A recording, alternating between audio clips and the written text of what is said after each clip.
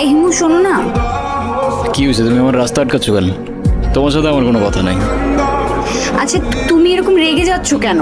সেদিনের ব্যবহারের জন্য আমি এক্সট্রিমলি সরি। সরি। তুমি আমার কাছে মাপ চাচ্ছ কেন? তুমি কোনো দোষ করছো? এ শরৎ, তোমার সাথে কোনো কথা বলার ইচ্ছা নাই আমার। আরে শোনো না, প্লিজ আমাকে এবারের মতো ক্ষমা করে দাও। আমি না না বুঝে ভুল করে ফেলেছি। সরি বললাম তো, সরি। আচ্ছা ঠিক আছে, মাফ করলাম। আচ্ছা ঠিক আছে, তাহলে আমরা এখন ফ্রেন্ডস। আচ্ছা, ফ্রেন্ডস।